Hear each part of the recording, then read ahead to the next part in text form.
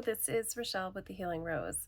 So today I'm doing the hashtag 54321 Tarot as a VR response to Kelly Bear over at Little Pink Bear, which, I mean, her channel is fabulous. If you haven't seen it, you should totally go check it out. And there are like already a ton of VRs to this hashtag, which I'm really enjoying watching because I always love seeing like what new deck somebody has. So the hashtag is 5 tarot decks. It is 4 tarot books. It is 3 tarot spreads and 2 rituals or paraphernalia that you use in your tarot practice, and then 1 piece of advice or 1 tarot card that you feel that you personify or that you would like to personify in real life. Okay, so let's get into it. Okay, 5 decks.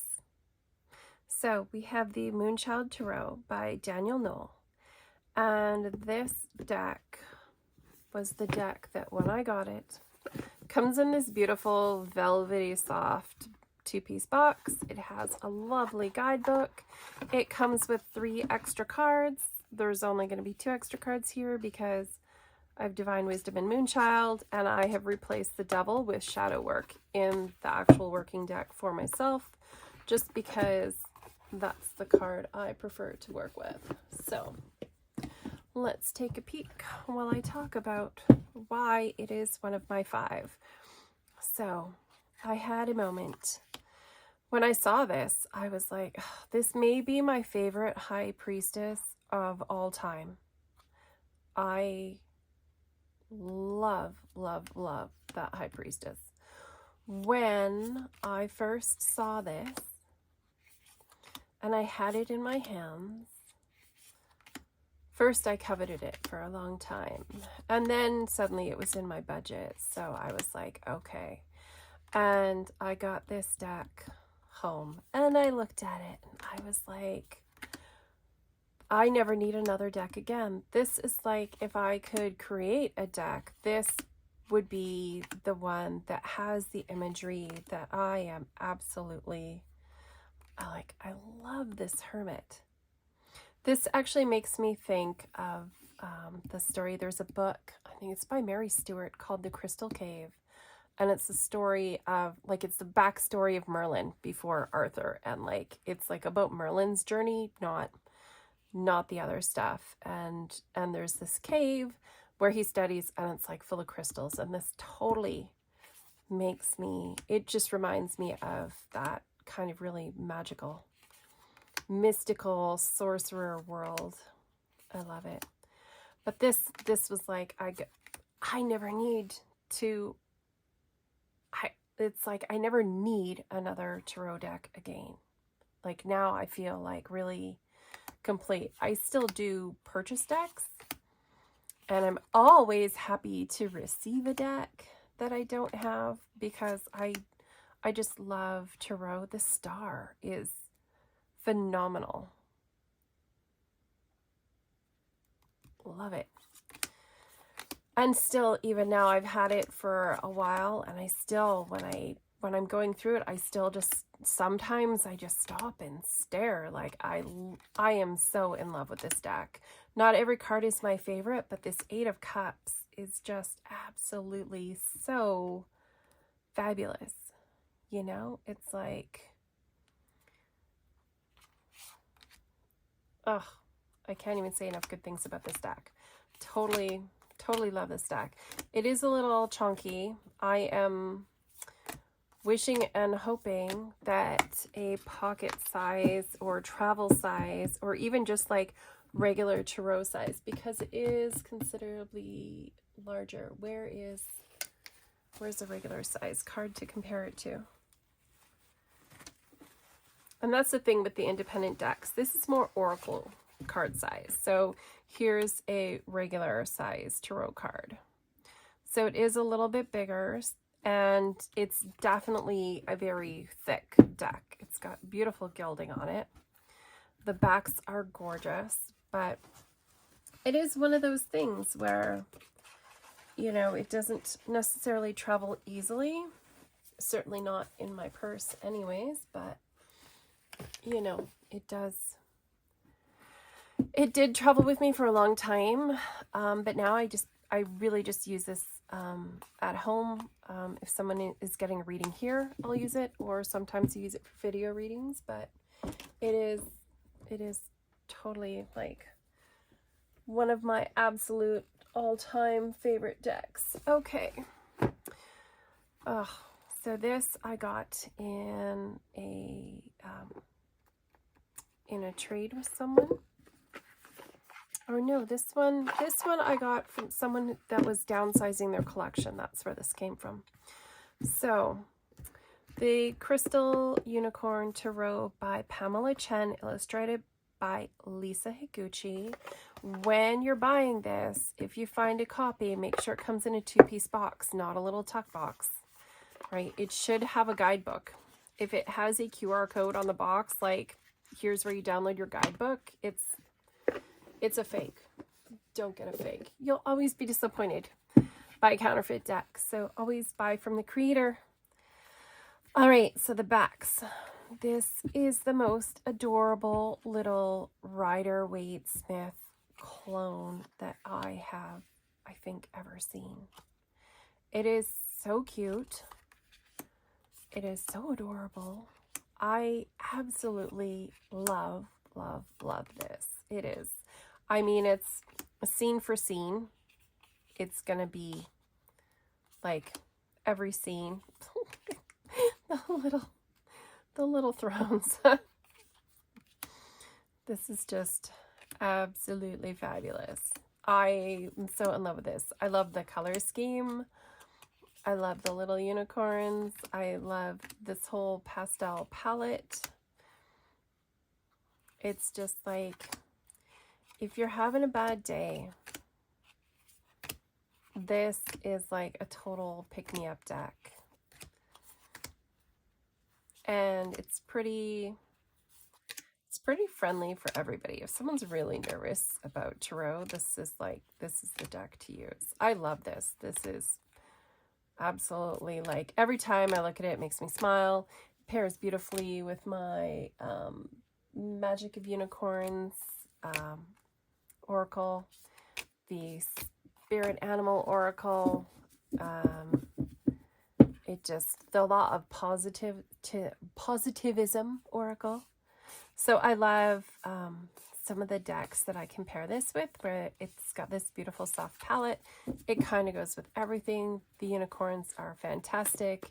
It is more like a regular tarot size, but it is just slightly thicker. So it's not a crazy, insanely thick deck to work with. Some of them, the cardstock is like really good quality cardstock, but it's just like harder to work with. This is super fun, and I absolutely love this. Not a mass market deck. It is independent, so there's that. All right. What is this? The third one, the Egyptian Art Nouveau Tarot, which I am totally adoring. It is lovely to see a deck that has all the Egyptian motifs. It's in this beautiful Art Nouveau style. It's absolutely wonderful. I absolutely adore it. And it's a low Scarabeo deck, so it's got great cardstock. It shuffles really well. I love the color palette. The color palette is fabulous. It is just, I love how, and this is in the Tarot Muha as well, where the borders are each different border for each different suit. So that is really, really fun. And it doesn't have all the multi-languages on here. We have Roman numerals for the majors. We have the number or symbol for court. And then we have the symbol of the suit on the bottom. So it's very, I think it's very easy if you're not, it's like not just an English deck or French deck, or it's just because it's just numbers and symbols. I think it's very accessible no matter where you're at. I love this with the baboons for the moon. It's just really, really fabulous. Totally love it. Ugh. Oh, look at this, the 9 of Pentacles, or 9 of coins in this case. It's just totally, totally and absolutely gorgeous. Look at that wheel. Ugh. I adore this. I mean, I really, you can probably tell by my choices, I really love, and like anything that's ancient Egyptian. It's just beautiful, beautiful, beautiful. So this is by Guilia, Massaglia. I don't know if it tells me who the artist is. I think it's somewhere, maybe somewhere in the little guidebook. And it comes with the typical little white book that the Lo Scribo decks have. Adorable. I love this one. And it's fairly new to the collection. So, all right. So this one I've had for a while. And it is out of print. So it is the Nigel Jackson Tarot. And I received this a few years ago. So it does come with a little book. It was a Llewellyn publication from, I guess, around the year 2000. So it has renamed some things. We've got some spreads in the back, and a little, what do we call that?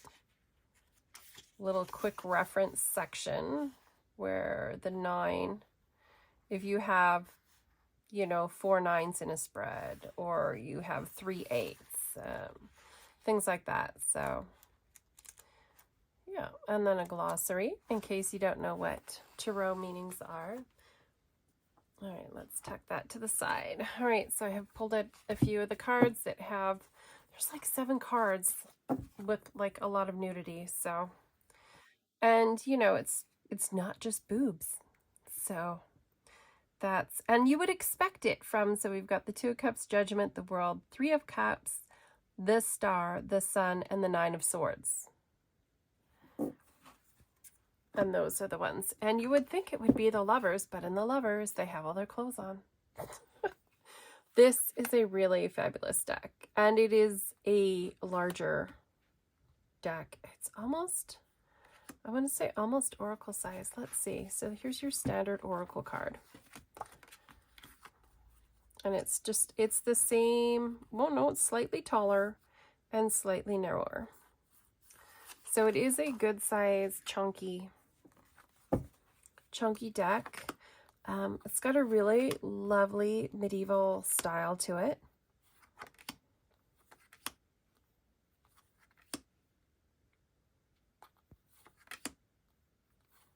Oh, this Ace of Cups is just lovely.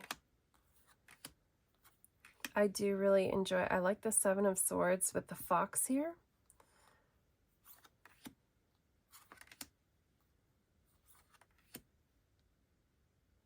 So it's very kind of soft. It's soft, it's medieval. I really enjoy this art style. I love a hand-drawn deck. There's a lot of photo collage now. There's a lot, definitely a lot of AI coming out with decks, and I still absolutely love a well-done hand-drawn deck. So this is a lovely deck. It's a little bigger, a little more awkward to shovel. Or shovel. Ugh, my English today. I love this tower, right? Like, it's a very kind of like Dante's Inferno kind of tower. Kind of Tower of Babylon.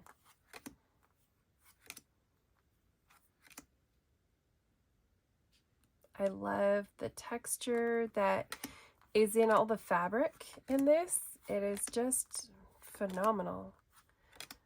Some of it, the draping and the embroidery on the fabric, it's a gorgeous stack.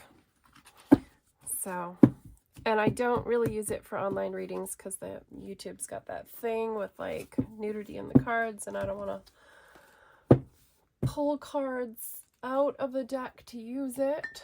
But it's just fabulous. Okay, and here's another one. I love this. This is the Servants of the Light Tarot by Dolores Ashcroft-Nowicki, illustrated by Joe Gill and Anthony Clark. So this is, let me read the back.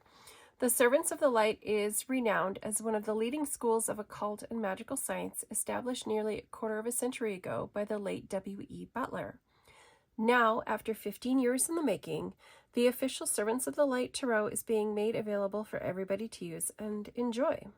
This long-awaited pack is the result of years of work by Dolores Ashcroft-Nowicki, the Servants of the Light's current director of studies, combining her unique magical Kabbalistic insight with the traditional tarot framework. The deck and its suits of spheres, weapons, crescents, and staves brings a refreshing new energy to an ancient set of images. Skillfully realized by artist Joe Gill, descendant of engraver and sculptor Eric Gill, and Anthony Clark, originator of his own dramatic magical tarot. It is a tool for divination and meditation, which is designed to become one of the most influential of all tarots. An illustrated guidebook to the cards and their images, symbols, and meanings, plus information on how to use them, completes this revolutionary package. So this came out, I don't know when. I purchased this secondhand when it was already out of print. I think there's a date in here. I don't use the book much because the binding is old enough on it. So published in 1991. So it's a while back. Each, pardon me, each card has its own, it's got a photo or drawing, the element, numerical value, and a little description about the card, and then the meaning. So it's quite the basic book. It gives you a couple spreads in here. The 20 question spread for 2 people. The Pythoness spread. I think there's the stairway spread.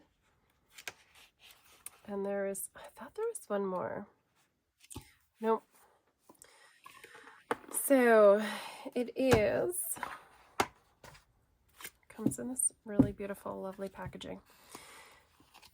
Okay, so it is a little wider, and it was in this time, like in the early 90s, there was a number of decks that came out that were in this width. Where did that? Oh, I don't know why I ever put anything away. I always need it back out again. So this is the regular size tarot. So it's just a little bit wider, but it's not quite oracle card size. It's kind of in between the two. So this was a cool one to add to my collection.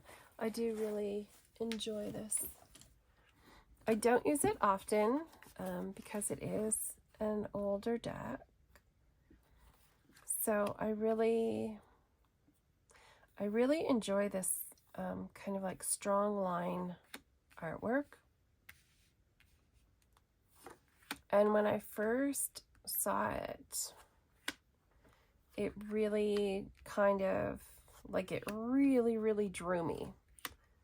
And this was probably, oh geez, when was this? This was a while ago.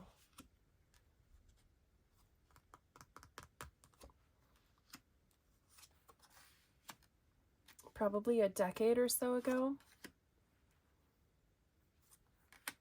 When I got this.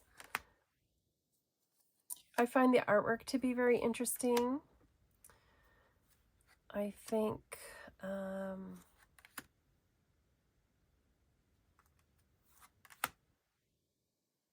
I like the way these suits were renamed. I feel that it very much keeps the vibe. Oh, look. I thought I had that one separated out. I must have just picked it up and shuffled it in. Sometimes that happens.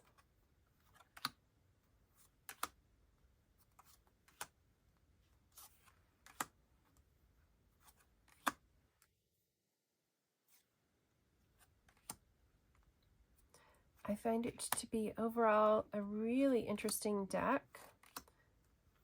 Very, overall, just kind of a really sort of interesting, it's an interesting shade of blue. It's almost kind of like that, like a slightly darker tint of that French blue.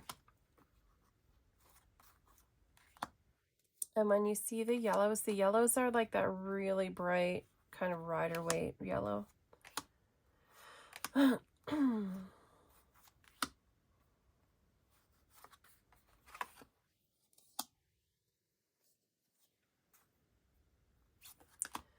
I do find it to be a very, I think this death is a really interesting death card.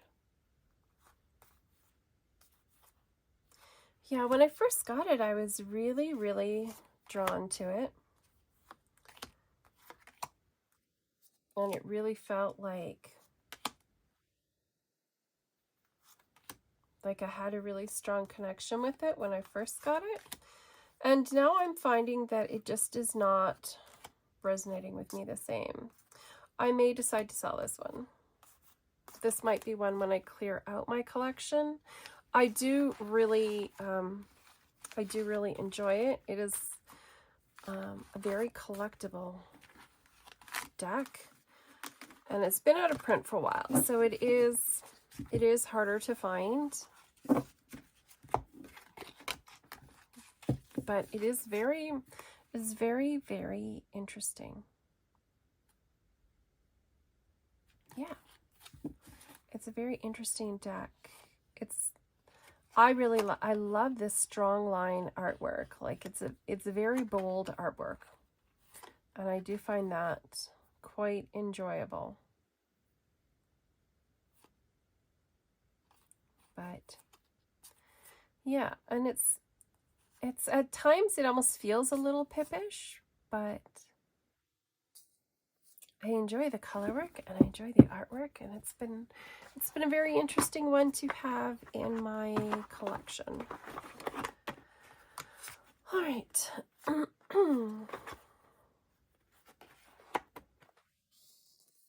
So, okay, so those are, oh, yeah, I think that's it. That's the 5 decks. Okay, so let's move on to the 4 books.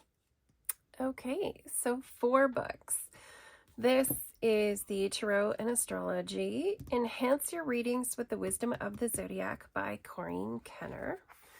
And, I mean, it's fabulous. This is really fantastic. Let's just take a look at the contents. So we have list of cards, introduction, overview. Then part 1 is the Tarot planets and signs, the building blocks of Tarot, and the planets, astrology's guiding lights, and 3, the signs of the times. Part 2 is the minor arcana, elementary astrology, Tarot astrology, and Kabbalah, numbered cards, planets in the signs, and the court cards. And then part 3 is astrology in depth, the houses of the horoscope, how to read a horoscope chart, simplified guide to chart interpretation, and then conclusion. There's a glossary and a quick reference, and then recommended reading. So this is I think it's really interesting.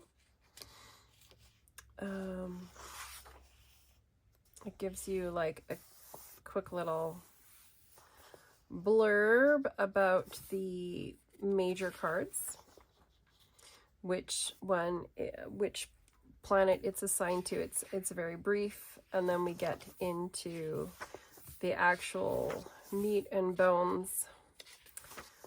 So it gets into the planets, shows you the glyphs, And then it gives you the cards. And what's cool, which I like because I actually already have her Wizard Tarot that she did. So the images actually are from that deck, which is sadly out of print. It's probably one of the most brilliant tarot decks to come out in the last, say, 2 decades. And I wish Llewellyn would put it back into print because it's brilliant and it's gorgeous. And when people see it, they love it. And I wish I could tell them where to get it.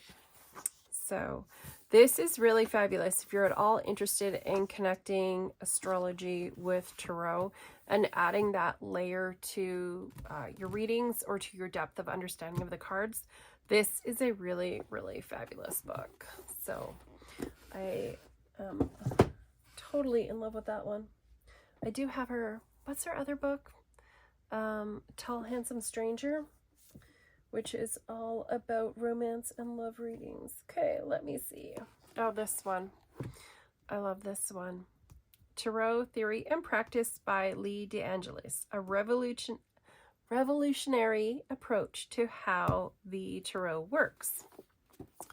So it gives us quite a bit of information. So it gets into quantum time and multiple lives, shadow reality, free will versus fate, the tree of life, personal energy fields, gods and ghosts, the random factor, predictions and prophecies, and self-protection and psychic clag. So this isn't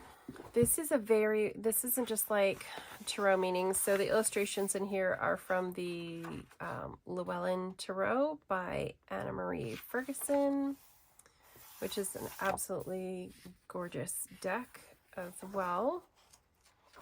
I think it's like half the reason I bought this is because of the cover and that it referenced this deck, because this is a deck that I struggled to read when I first got it. I'm very much a Rider-Waite reader, so there's a lot in this book. So it's not just like basic level. This gets into like quantum theory,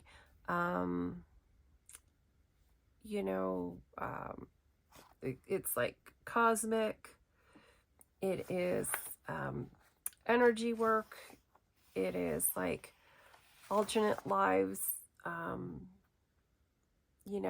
multiple realities. It's got a really, really, really interesting approach to tarot. So it gives you the syllabus at the beginning. So part 1 is the theory of everything, and the units are time and multiple reality, what tarot is and isn't, who defines reality. Part 2 is tarot, the living tradition, communication and perception, from evolution to current world events, the infinite and the individual, the soul's journey, 78 cards and their meanings. And then part 3 is practicing your craft, the first 9 months, application of spreads in a real life scenario. We've got the future, understanding the way. So there is no tarot without magic. So tarot itself is a life teacher, and then it's got a section on going professional. But the approach in here to things like the personal energetic field and body language, and understanding how, when you're in a conversation with somebody, like all these different things that come into giving a reading. It has some really interesting spreads and ways to read in here. This is just a really fabulous book. The cards and their meanings, it actually is quite brief. It's not got a lot on each card. It doesn't give you like a deep dive into all the symbolism on every single card. It is definitely a different way of looking at it. And her way of doing a present, future, and past reading with the Celtic cross, using different stacks of cards, right? So that we're reading, and then we're reading over top, and then we're reading over top. It's a really, really interesting way. The spreads in here are great. They're fun exercises to work through. This book is, I mean, I was totally, I mean, there's a lot of books out there that are just like Tarot 101. How to work through it. How to, you know, here's the cards, here's some memorization exercises. Here's a practice to do with this card or that card. And it's all fine and well, but this is like, this is totally just next level. Okay. This book. I love this book. Mastering the Tarot, A Guide to Advanced Tarot Reading and Practice by Paul Fenton-Smith. I picked this up as a used book. And it's a really good book. So I did get it with some writing in it. Somebody has put stars all over the place, which, you know, it's nice that you doodle when you read, but why not have a pad of paper with you? But, you know, not gonna really complain too much. So it's interesting. It gives it, he does have kind of like a different take on some other ways of looking at some of the cards, and it's grouped by, like, there's the eights, so there's one page for each of the eights. The nines, he talks a little bit about the energy of nines, and then he has a nice section about different clients and situations and scenarios that he's been in that are really kind of interesting if you're actually looking at being a professional reader and reading for other people. And then the court cards are, which is interesting because after all this stuff, the court cards are tucked in the back, which I thought was kind of interesting. And then it gets into the energy of the court. So this is a very, very interesting book. He does have a new book that's just come out that I am interested in adding to my library. I wanted to kind of dig a little bit more to see if it was like a new book or just a new version of this book before I buy it. But yeah, this is a fabulous. When did this book come out? 2000, first printed in Australia. It is a very, very good book. I really, really enjoy it. Okay, fourth book on my list is The Psychic Tarot by Nancy Antenucci with Melody Howard. Using your natural psychic abilities to read the cards. So it doesn't get into like a lot about card meanings necessarily, but more like it's more exercises for you to develop your abilities, right? Like how to begin to tap into your own intuition. So blocks, the power of reading, basics, the minor, court, and major, energy basics, seeing the unseen, the many selves, trusting the sight, the initial image, and then it talks about grounding, intent, form, synchronicity, closure, and integration, and tarot reading with the sight, helpful boundaries, and traits of a true reader. So it's quite, I found this to be a really interesting read. I am reading it again. I kind of reread it every couple of years. I've had it for a while. I did get it when it was a new release a million years ago. Yeah, 2011. So it's been out for a little over a decade. Still a really, really solid, good information in here. If you are an intuitive reader, if you're someone who wants to develop a little bit more of that kind of like psychic sense, this is a really good book because it's got some really interesting exercises. This one, Psychic Tarot and Tarot Theory and Practice, both have a lot of really good exercises in them for actually developing that level of intuitive intentionality. All right, let's move on to tarot spreads. Okay, 3 spreads. So this is my little mini Hanson Roberts tarot deck. It's from the Tarot to Go kit book and card set. So it's cute. It's got a little hardcover book in it. It's like $12, $15. But we're using a mini deck today for these spreads because this is my favorite spread and it does not fit on my desk. Well, it does, but it will not fit in the camera area. So we have the root of the reading, or what grounds the reading, what it is growing out of. We have the past to do with this reading. Okay.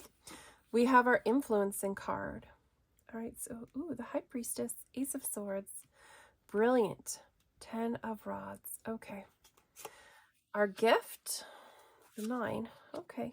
The challenge, the Page of Cups. The center is the present moment. And then the last card is where we're moving as we move out of the spiral. So the spiral comes around, and then where are we going from here? And if this card is confusing, I will draw 3 more cards to clarify, but not always. So this is one that I actually really enjoy. It originally came out of, I am 99% sure that it actually came from one of the guidebooks from one of my Brian Frood Fairy Oracles. I have both of them. I have the Fairies Oracle and the Heart of Fairy Oracle. One of those, this spiral spread came out of, and I love it.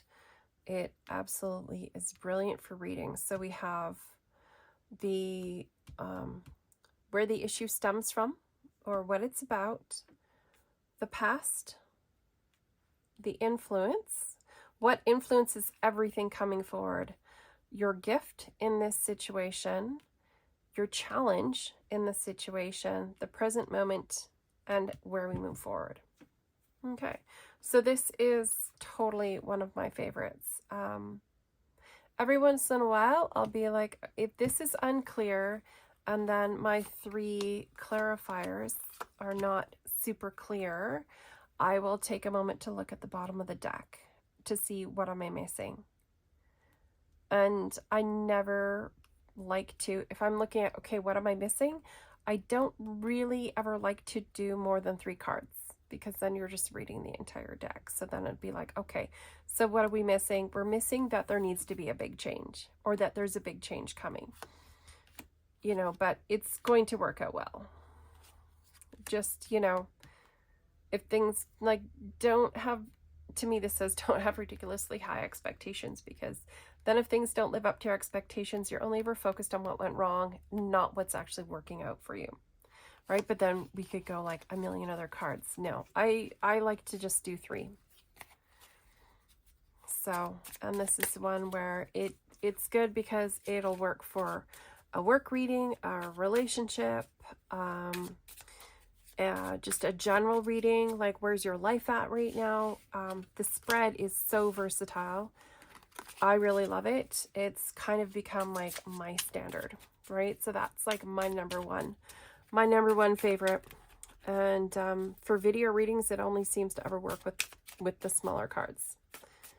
Okay, reading number 2. So this is one that I use a lot, especially when I'm using cards that are like oracle size cards, because they will still fit here.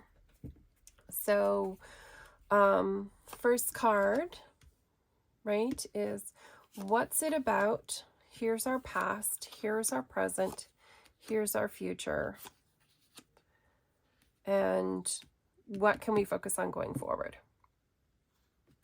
And if any of this is confusing, right, or not super clear, I will then pull a card for each one and add a layer. Or what I will do is I will then go, okay, so this is what it's about, and then I will do 3 here, and then 2, and an outcome. So I'll change it into a little pyramid. But sometimes that's all you need, right? If it's just a really quick reading for someone, sometimes that is all you need. Okay, so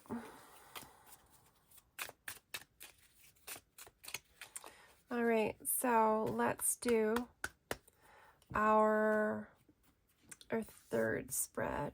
Okay, so this is one that actually I use a lot with oracle cards.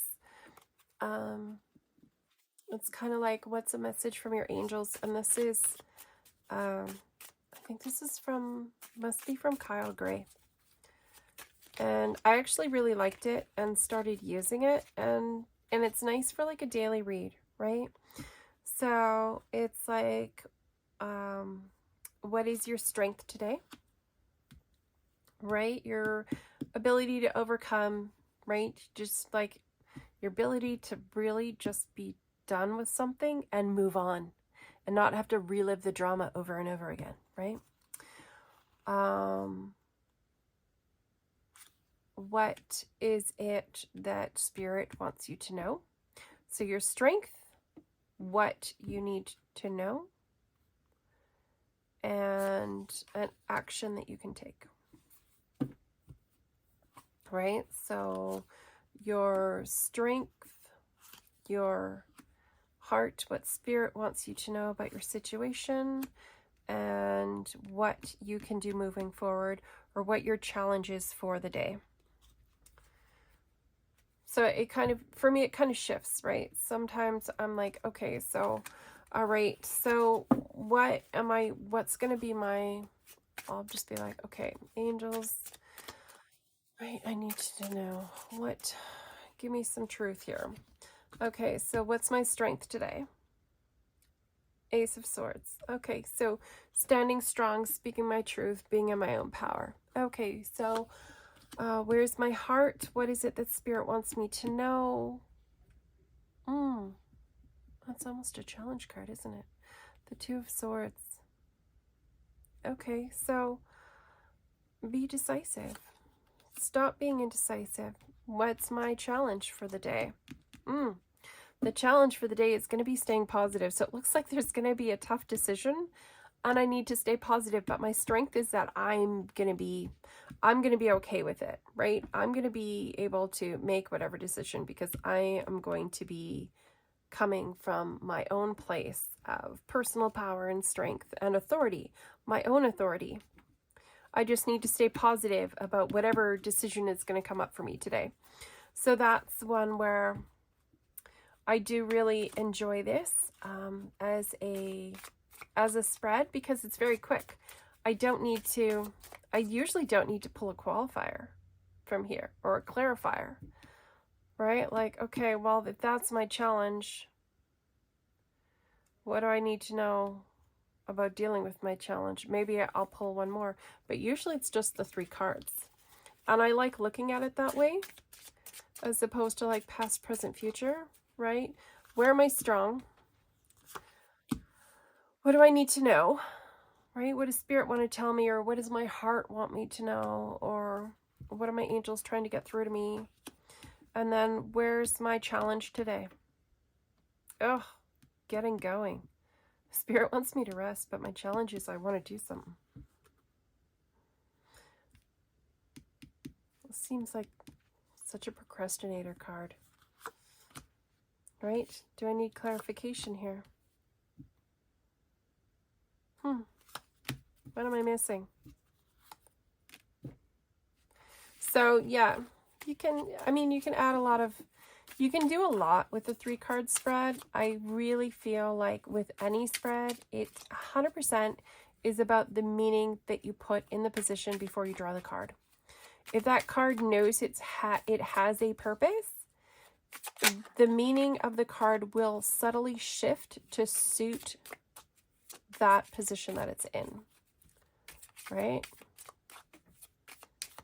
So as long as And I don't usually read jumpers. Sometimes just because I'm a clumsy shuffler, I'll ignore them. But, you know, sometimes when they pop out, it means something. All right, so those are our 3 tarot spreads. Okay, so 2 habits, rituals, or paraphernalia, and 1 piece of advice. Okay, so we have 2 tarot rituals or habits that you have, or paraphernalia that you use within your practice. So for me, it would be that before every reading that I do, I take a moment to say a prayer to Creator, to my angels, my ancestors, my spirit guides, that the reading that I'm doing will be clear, that it will be focused, that I will speak an authentic truth, that my words will flow easily, because there's days when they don't, right? So, and that basically just involves me holding the deck. And if I am live with someone, I will just quickly and quietly say that within my head. Or if it's before a Zoom or an online reading that I'm going to do, or a video reading, I will say it actually before I even connect with that call or turn the camera on. Is something along the lines of like, okay, God, angel, spirit, allow my voice today to speak the truth, for my words to be clear and flowing, that my client is able to receive that which they are meant to hear today, and they come away with positivity and clarity from this reading. And it's that simple. And as I hold the cards, I do focus on the cards being clear. I also, as I shuffle, while I'm shuffling, I am holding the intention that these cards are cleared.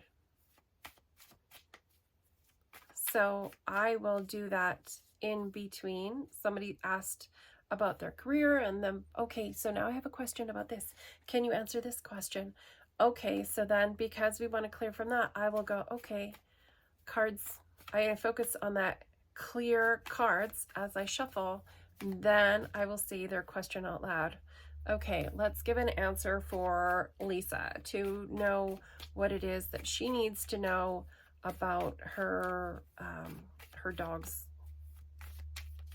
best friend at puppy school. You know, and then when I'm done that and I pick the cards up, I will give the cards a shuffle with the intention of clearing those cards. So I think that is one thing that is important in your practice, is that where your intention goes, that is where your energy flows into. And it's something that we say a lot in energy healing and Reiki: where intention goes, energy flows. So if you're focusing on healing and you want to like have healing in your shoulder, you're focusing the intention on that shoulder, right? While you're receiving that Reiki or energy healing. And when it is something like with, you know, the cards, you're focusing your intention on that person and their career or their love life or their just, you know, what they need to know today. So whatever it is, the focus is important, right? So having that focus as I'm starting a reading and holding the cards, to me, is not necessarily, I mean, maybe it's kind of like a ritual. At this point, it's just habit, so there's not much to that.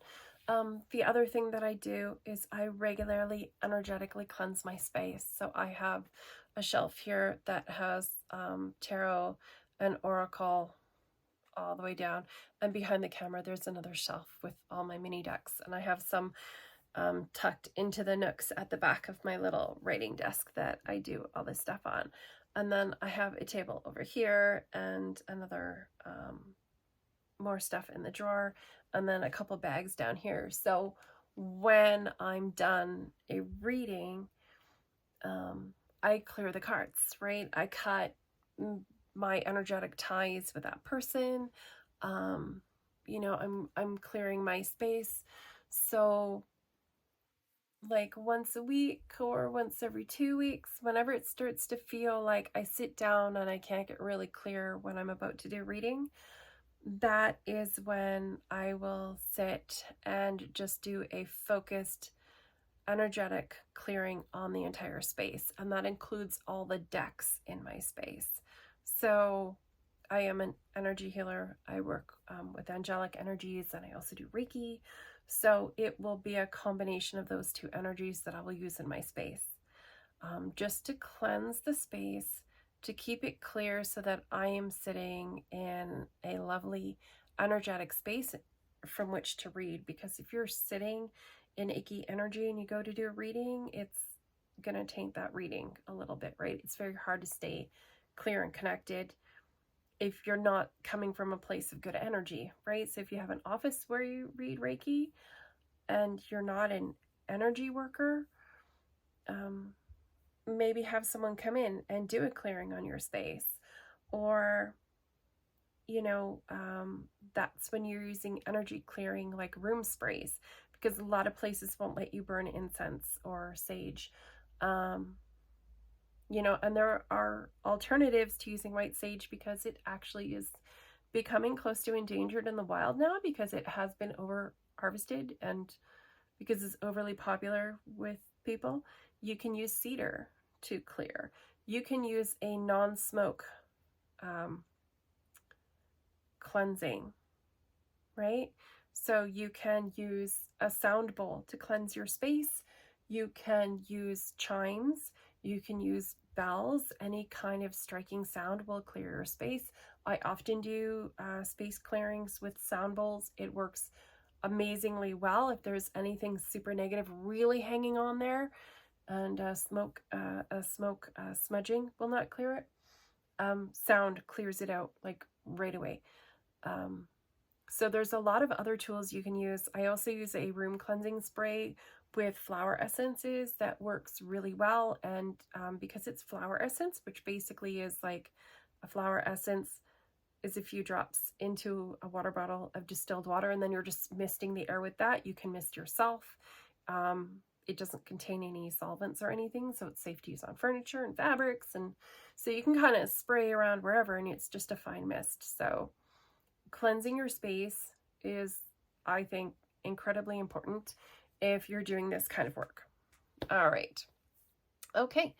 So one piece of advice or one card which you wish to personify or feel like you can embody in your life right now.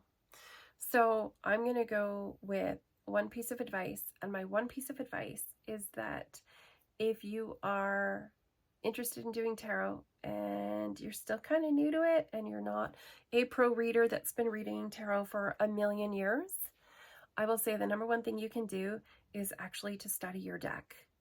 And even if you have a deck and you've used it for a long time and you're good with it, and you get a new deck and it might be a slightly different system, and it's not just, you know, you didn't learn Rider-Waite and the deck you're using is a Rider-Waite clone, but it's a different style deck, different style artwork.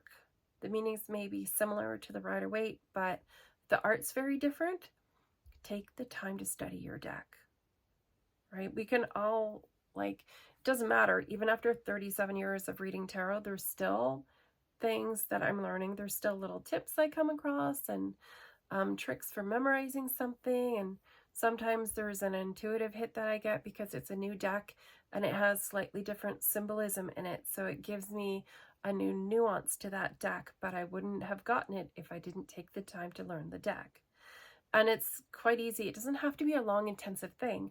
Studying the tarot and getting used to your deck and feeling comfortable enough to read with your deck does not need to take a million years. It literally can be as easy as one card a day. And within 78 days, you're going to have a solid understanding. Each day, you pull one card from your deck and you look at that card and you take the card. Let's see, what have we got? Okay. Right? So we're going to take this card. You're going to look up in your tarot book or the little guidebook that came with it. Okay, so what's going on here, right?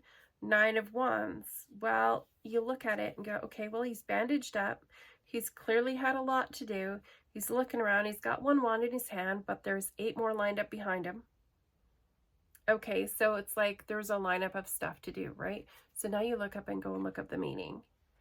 And then anything that jumps out at you, write that down.